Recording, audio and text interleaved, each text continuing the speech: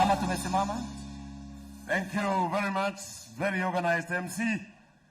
And without further ado, we have His Excellency in the house. We have the greatest Mau Mau, the Deputy President, in the house. And now we have the family and everyone else. And without further ado, we have to be welcomed officially in this yard by the church. Very fast. The one playing for us.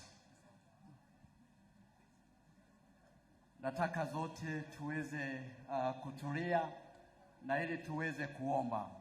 Baba, katika jina la Yesu, tunasema ni asante asubuhi ya leo. Tunalihimidi jina lako kwa sababu ni jina kuu, jina ambalo limepita majina yote. Twasema ni asante kwa sababu